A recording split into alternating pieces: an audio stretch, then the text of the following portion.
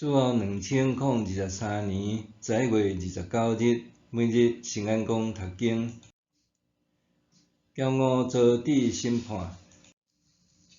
圣经咱做来听读以赛亚书39章第1到第8节。彼时，巴拉旦的囝巴比伦王米罗达巴拉旦听到希西家破病，嘛已经好起来，就找使者提批甲利米去探访希西家。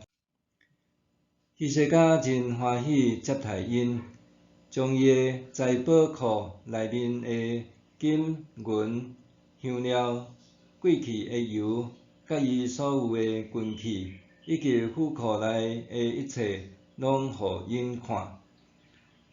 伊的王宫甲全国所有物件，无一项无互因看。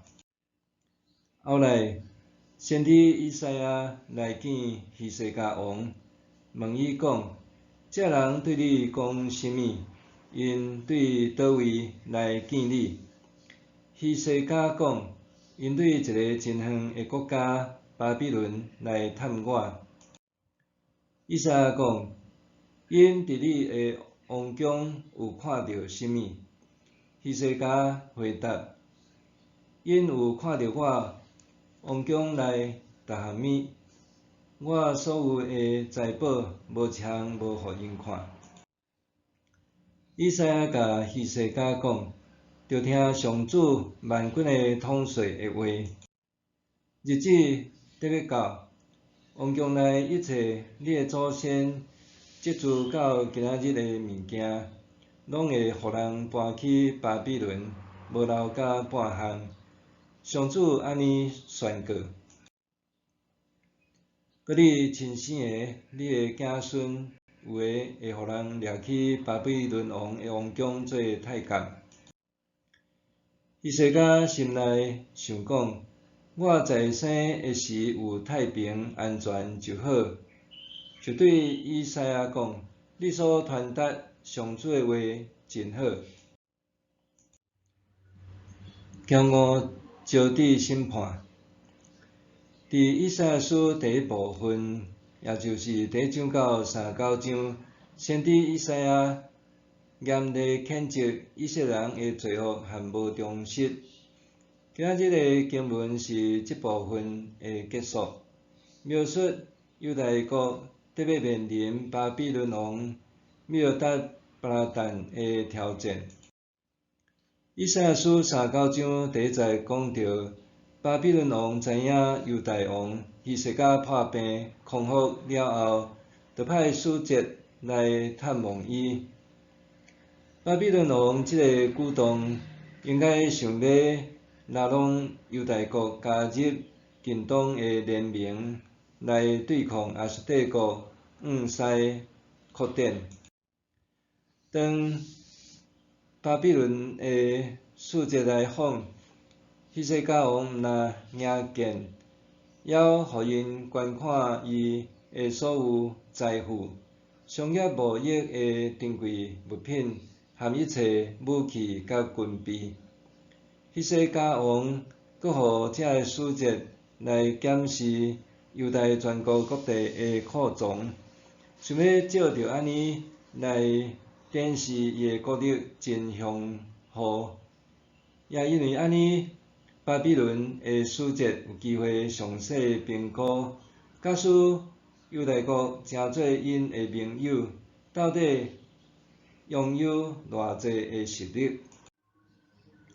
希西家王真显然是想要展现伊拥有的资源和军备，通好互巴比伦的使者知影，犹大国已经准备妥当。这时的希西家王过度骄傲，炫耀伊所拥有的财富、军备甲库藏，哪像袂记得这一切拢是上主的怜悯和拯救。伊的这个行为，甲所罗门王夸耀伊的财富甲军事实力的行为，相当的类似。先知以赛亚知影希西家王的行为了后，警告伊，着听上主万军的统帅的话，日子得要到，王宫内一切你的祖先积聚到今仔日的物件，拢会互人搬去巴比伦，无留甲半项。上主安尼宣告，佮你亲生的，你的子孙，有的会互人掠去巴比伦王的王宫做太监。以赛亚伫遮所讲的话，对原本希西家王的询问，转变成做上主对伊的审判。对第49到第7节，数次讲到着王宫，同时也点明上主对大笔王朝的承诺。总是现在，因为希西家王的行为，以赛亚宣布，王宫中间所有人和财富，拢会受掠到巴比伦。原本巴比伦是犹大的同盟国，未来会变做犹大的对敌。巴比伦人会掠夺一切有价值的物件，大笔王朝也会结束。这段的经文，互咱这个上帝的子民一寡重要的提醒。咱的生命甲咱拥有的一切，这个拢是上帝恩典的赏赐。因为安尼，咱应该常常对上帝心存感谢。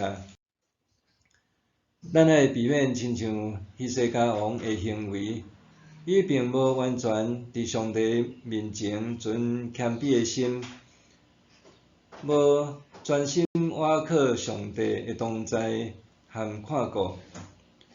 对比的，希西家伊过度骄傲炫耀，倚靠家己的财富、资源和人脉关系，最后导致上帝严厉审判，互伊统治的人民也面临悲惨的结局。默想，我要安怎避免过度炫耀，倚靠家己所拥有的？我要安怎避免过度炫耀，倚靠家己所拥有的？咱来祈祷。